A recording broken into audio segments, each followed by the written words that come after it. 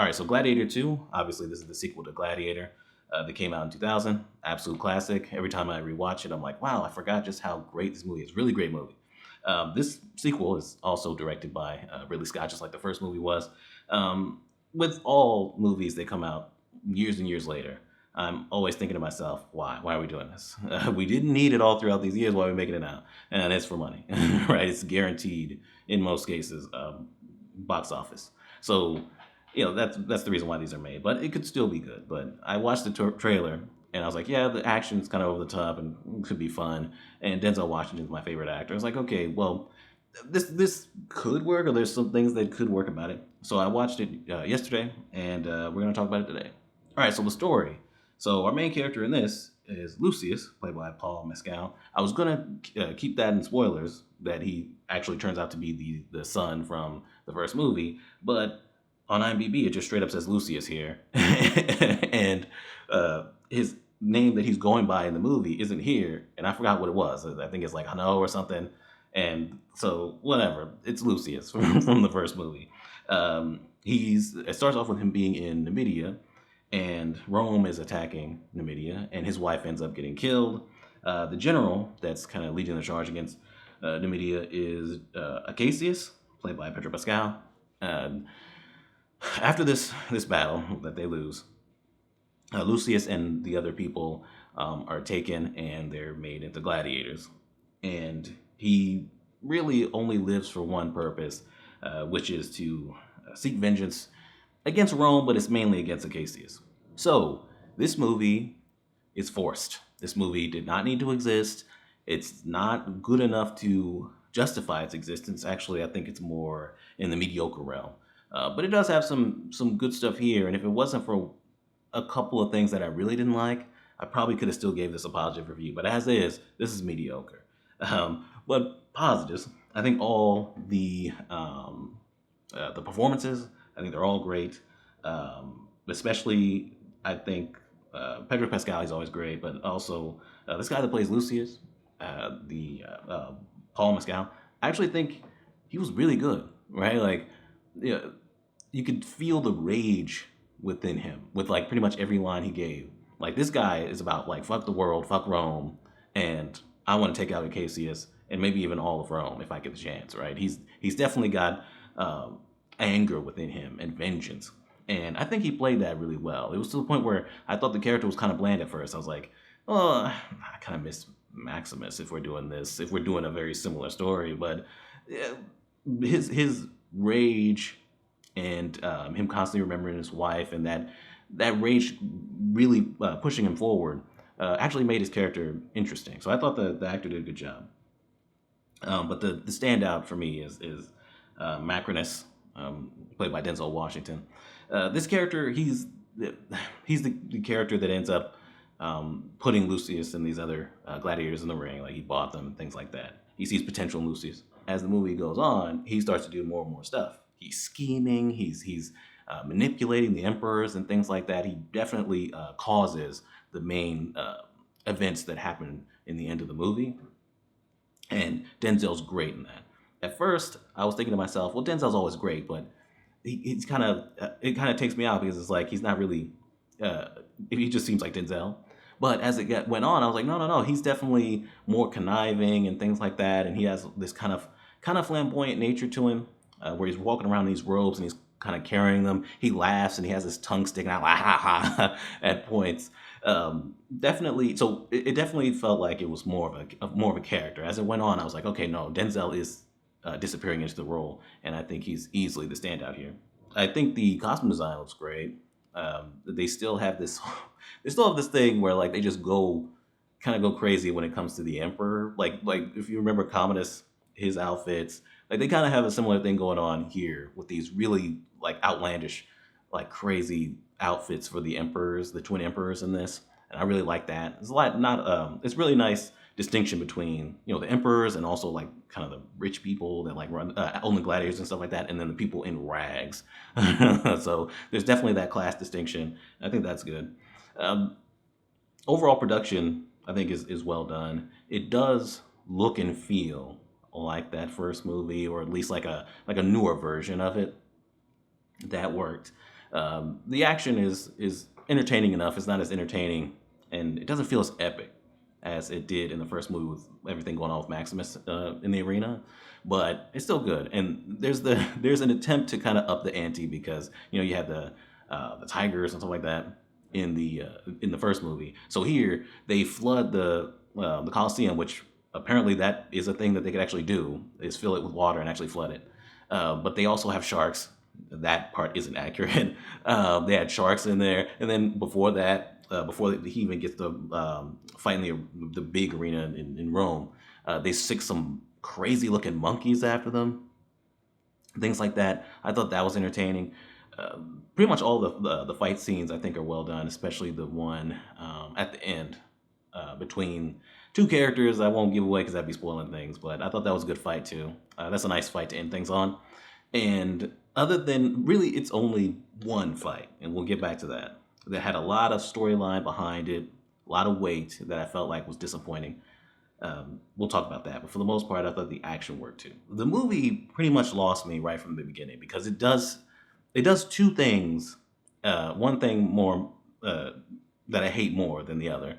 Two things that I hate when it comes to sequels that are very obviously forced. Number one is making the first movie, and especially the ending of the first movie, not matter. So in the first movie, Maximus defeated Commodus and died doing it to give Rome back to the people. And in this movie, it starts off with some text, not enough, explaining things about these twin brothers. I think it was 16 years after Marcus Aurelius' death. These two twin brothers being the emperors now, and it's not even explaining it. Right? It's not explaining how they came to power. Their parents aren't involved. From what I looked up about the twin brothers historically, their mother was involved in what was going on, and yes, their father was the emperor first, and then they became the emperors, kind of sharing power, and then they didn't get along, things like that. In this movie, you just kind of have these two, and they are ridiculous, right? They have this powder and makeup on their face. They look like the villains from Twilight. So they already look ridiculous. Other than that, like I said, the costume design is cool, but um, they look ridiculous. They are complete, like obvious tyrants, invading other places and things like that, displacing families and things like that. They don't have the support of the people. The people apparently hate them. That's a line in the movie. They don't seem to be doing good things for the people or anything to even balance that off. So it's like, how did these two get into power? You didn't explain that. And then now I'm thinking, how have they not been, how have they not lost their power? How have they not been assassinated and power was taken away from them with the way that they act? Like they're complete tyrants, but at the same time, they're not intimidating at all. Like they're very easily manipulated later on in the movie too. It's like, how's this not happened before? This guy Lucius, he really wants to get this guy Acacius, right? And I was like, okay, this vengeance that he's got going on, I feel it and I'm invested in it. And then we got to the point where they were in the arena fighting each other, which is in the trailer. It's not a spoiler. I won't say how that happened, but it's in the trailer. And I felt like that fight was underwhelming, right? There's already some kind of choppy editing moments in this, but this fight, I mean, it's really slow, almost like I guess Pedro Pascal wasn't as good when it came to the choreography and things or something, because it felt slow. It felt like every hit or slash was really slow. And then when we finally got to the end and the resolution of that, I was like, really? That's it? After he's been wanting this vengeance and it's been the only thing spurring, kind of keeping him going, it's just going to end like that? It's just that simple and that easy, huh? I think it was just like maybe one line of dialogue and it's just like, that's it. I was like, okay, well that's underwhelming and disappointing.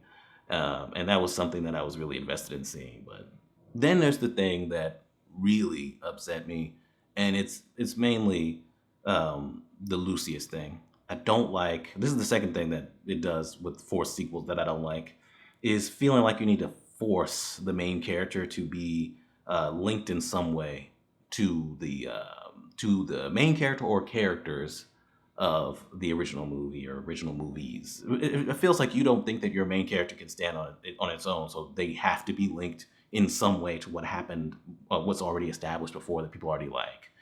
So with this character not feeling like Lucius, because they don't, even though I'm saying it now and it's on IMDb, like, and it may have even been in the trailers, in the movie, it feels like it's more of a reveal, right? Maybe an obvious reveal, but it's a reveal where like, oh, okay, like they're showing flashbacks of him running through this other place and being like, oh, you got to go, they're gonna look for you and things like that.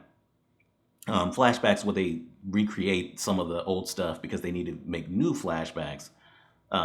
So they have to use a different kid who also doesn't look enough, I don't think, like Lucius from the first movie. But whatever. Lucius in this, he could have just been a new character who's just out for revenge for Rome, and then gets like kind of tied up in Maximus's legacy and things like that. But no, he has to be that character from that first movie, which he doesn't feel like that character at all, and it undoes the first movie with the scene too. That undoes the first movie where Maximus dies, and one of his last lines, it might have even been his last, last thing that he said before he died, was that Lucius is safe. Apparently not, because they had to rush his ass. And this is kind of a spoiler. They had to rush his ass out same day. Like they had just lifted Maximus out, and they're like, "Oh, get him out of here." It's like, bruh. I mean, you got scenes where they have him do similar things, like he has the two swords and he cuts the guy's head off, like in the first movie. The stuff with the sharks and the monkeys and stuff like that is clearly, like I said, to up the ante from the tiger thing that was going on in that first one, where he had to avoid the tigers while he was fighting that big guy. So there's that, but then he's gotta don the same armor. It's obvious that you just feel like you just need to rely on that first movie because this second movie doesn't really have enough of a justification to exist. But if we really rely on that first movie, people will love this movie because they love that first one. And it feels so forced to me. The movie is fun at times, and Denzel is great as this character. What's his name? Macronos or Macronus?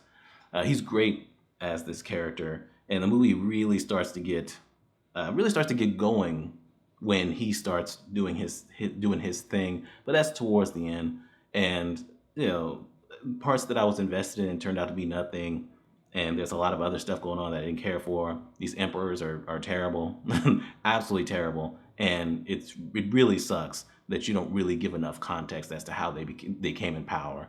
That their mother isn't involved to try to keep them separate from each other. There's this whole thing about these two not wanting to share power, but it doesn't really come into play until certain things start to happen towards the end. When, according to what I've seen historically, they were always fighting over power, and to the point where they didn't even want to see each other without their mother there present to pretty much mediate things. So and there's other things that happen too, that kind of happen in this, but in a different way. And it's just like, these two are just so easy to manipulate and so lame and unintimidating. It's like you lost me here. They're not comedists at all. It's not even like, it's almost like they made sure that Denzel could be the villain because they knew that these two weren't good enough villains to actually be the main villains throughout the storyline and throughout the movie. It's just, I don't know, it didn't work for me and it didn't justify its existence. But there's enough good things here to where I can still say that it's watchable. So I will give it a rental. But I don't know, man. These 4 sequels, man, it's just like, it's lazy and I don't like it. That's Gladiator 2. Like I said, rental. There's entertainment to be had, but you didn't need, we didn't need this. But anyway, yeah. Rental, subscribe, we're done.